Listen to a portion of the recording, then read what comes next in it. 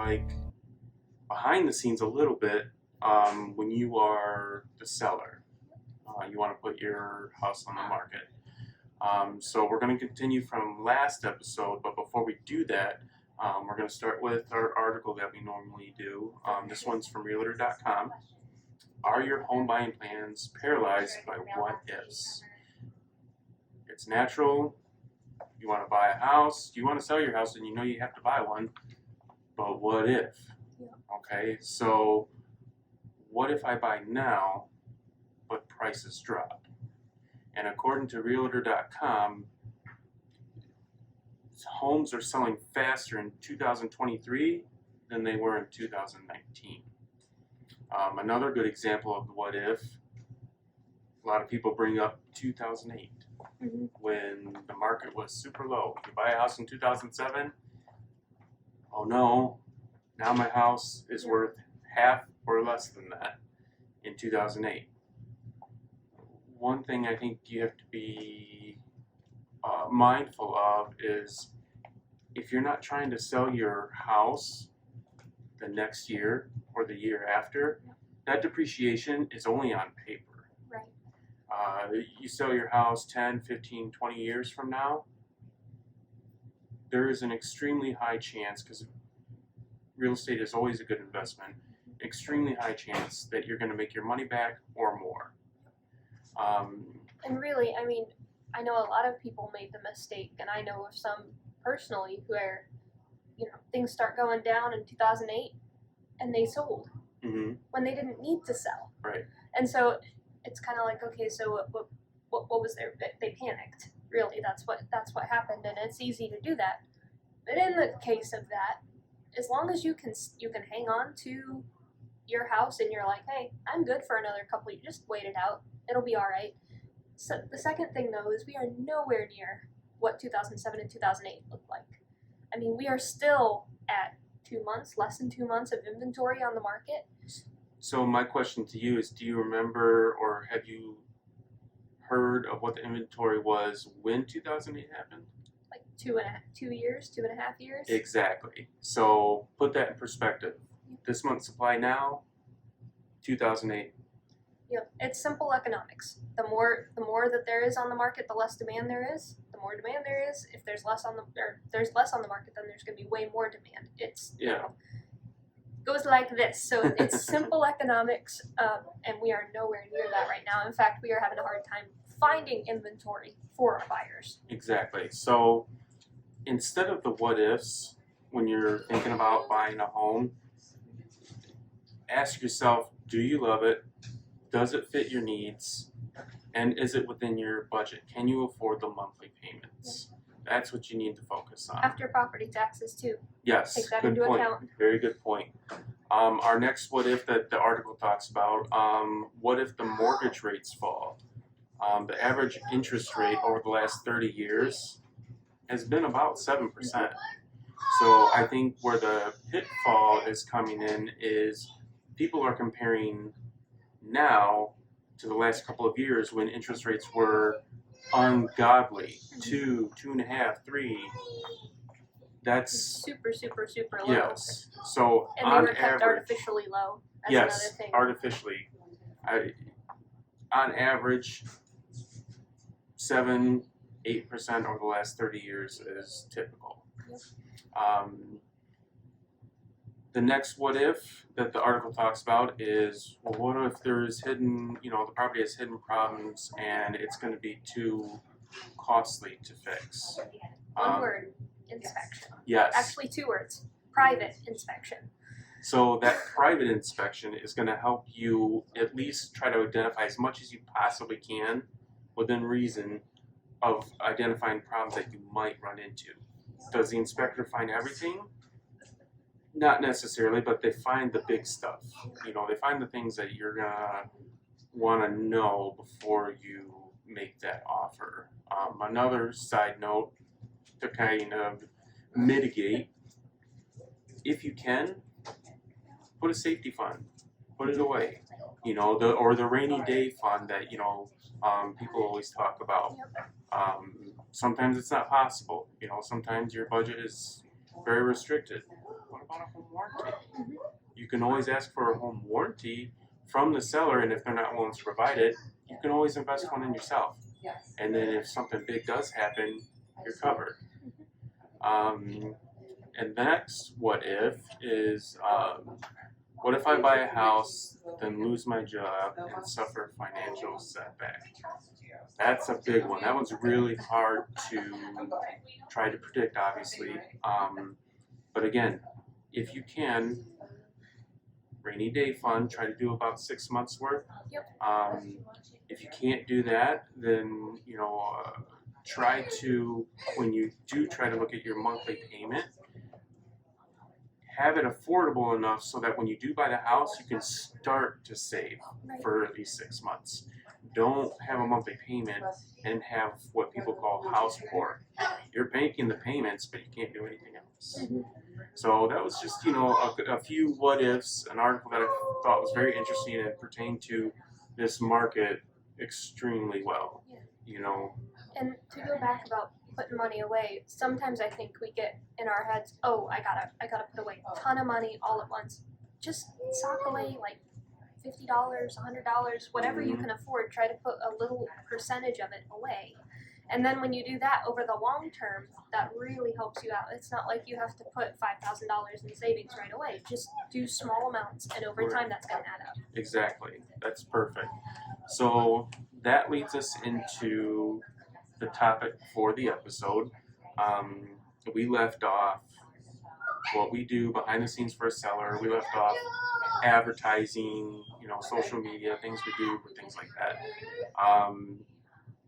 Now we have an offer. What do we do when offers start coming in for your house? First, we're going to coordinate with the buyer's agent your expectations for an offer. What might some of those expectations be? So it's pretty typical anytime, at least for me, for anyone in our office, if we're writing an offer, we're giving the agent a call. And as the buyer's agent, there's a couple of reasons for that. One, it helps you get a pulse on what your buyers really need to come to the table with. And two, it already builds a little bit of that rapport. So the buyer's agent gives us a call, and they're saying, hey, what's it looking like? Now, we're going to protect you. We're not going to, oh yeah, they're looking for this number. But we are, if you have, especially in this market, when you have multiple offers, again, we can kind of use that to leverage. Well, we have some offers that are, 5,000 over asking price, 10,000 over asking price. Or, maybe you're like, listen, I'm really nervous about having enough time to move out. Great. You know what? Occupancy is going to be the clincher there. Can your buyer offer, more occupancy to them? And whenever we're looking through offers, we want to make sure that we're weighing all of the pros and cons. Exactly. And so we set the expectations. Here's what you, the seller, are expecting in an offer. Now we're going to read and review those offers. It's not as simple as, oh, you're offering this amount, great. We're going to read through that, because what we don't want to happen is you enter into a contract and there's a stipulation that you have been made unaware of, we are unaware of, because we didn't take the time to read through those offers. That can be a little tedious, but it's our job to protect you. We do it so that when you enter the contract, you have a full understanding what the expectations are of you from the buying side. And that's another reason why we can, who isn't getting paid for it? Who wants to sit and read through 6-7 offers where there's, it's a legally binding contract. So, but we take the time to go through, weigh all of those, write it out in a form where it's like, okay, you're not sitting here going, FERPTA, what's FERPTA, or whatever, just different things like that. So that's just kind of another aspect of it. Absolutely. And then the other aspect is, okay, we receive a pre-approval letter from the buyer's agent saying, hey, my buyer's pre-approved. Fantastic. But is that enough? No. What we don't want to happen is you sign the offer saying, yep, I'm accepting. We get halfway through and the buyer's financing falls apart. Now, Can you still have a solid buyer and something happen? Absolutely. You can't account for every variable. However, we're going to try and limit that. We're going to call that lender and say, okay, I've got this pre-approval letter for John Smith. What do you guys do to pre-approve your buyers? What information are you gathering that says, yep, John Smith qualifies for $250,000.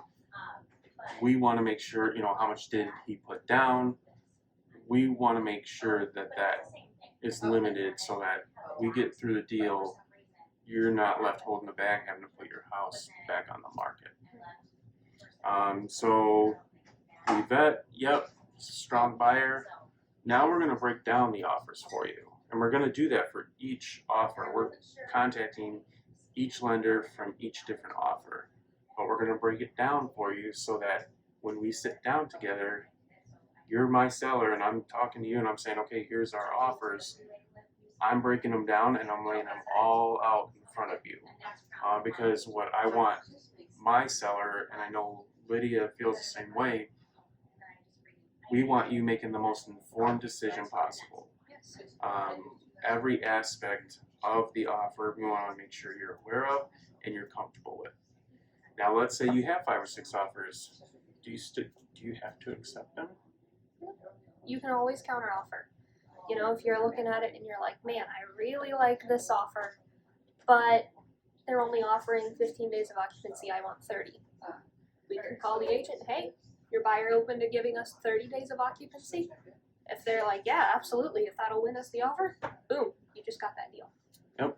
So then at that point we would do an addendum stating that both parties agree to the extended amount of occupancy, and we have a deal. Now, is there a case where could all 5 or 6 offers be not what you want, and all 5 or 6 say no to a counteroffer?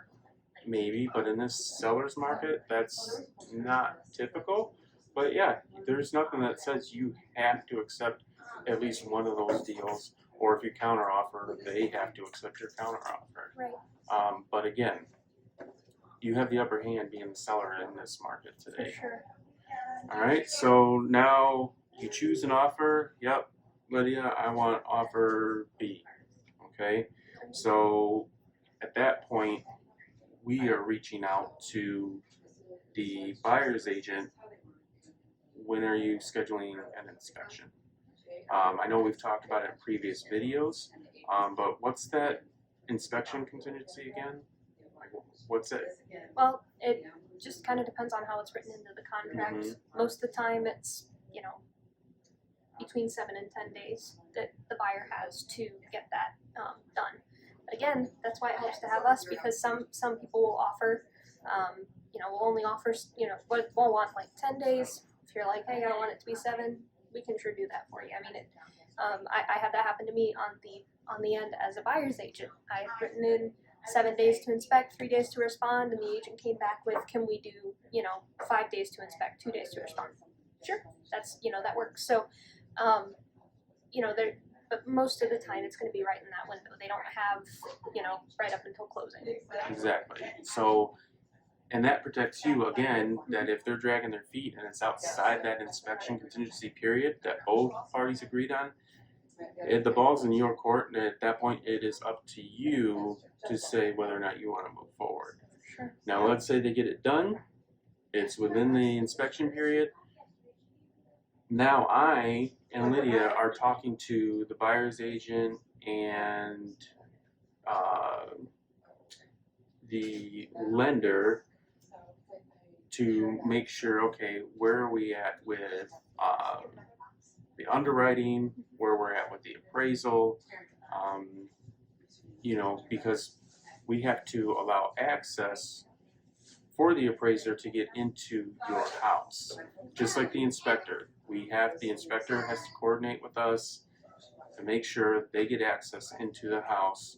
Same thing with the appraiser, they need access. Yep, not everybody and their dog is coming in. Right. 1, to protect your house, and 2, there might be, valuables and things like that you want to make sure we help protect for you. Sure.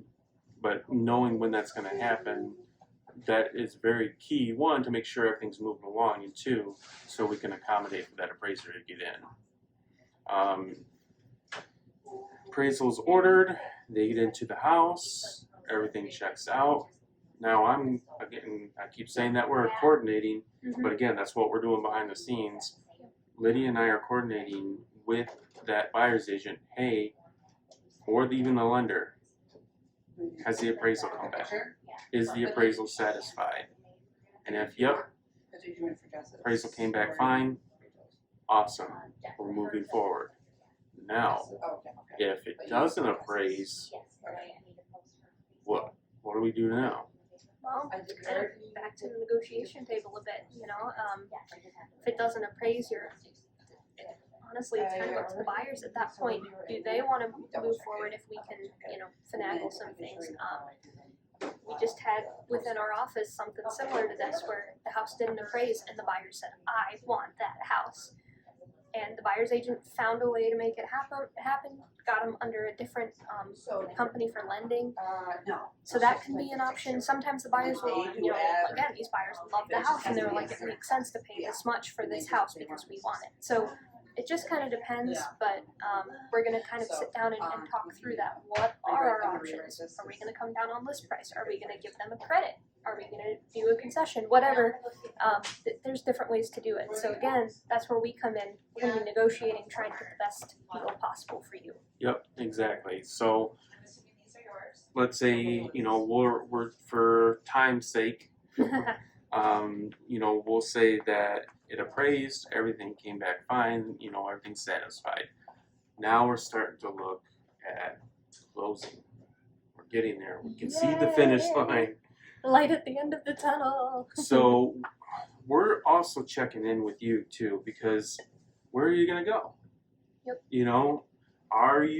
Do you feel confident that you'll be able to get out in the agreed upon time post-close? At that point, we've already, probably found a home for you. It's not something where, oh, well, we should probably start looking now. Yeah. We're doing that way before we get to the closing. We're like, here's listing paperwork and what are you looking for in a home? Yep. One and the same. Exactly, because, we want to make sure you have time to find what you're looking for and something that you are excited about. For sure. So let's say, again, for time's sake, let's say you've already found your home, we got you under contract. Again, we're checking in. Are you packing up? Do you have everything in the box? Do you need have you gotten movers coordinated, or is it, Uncle Bob and his, 5 kids that are coming to help you move? Right. So,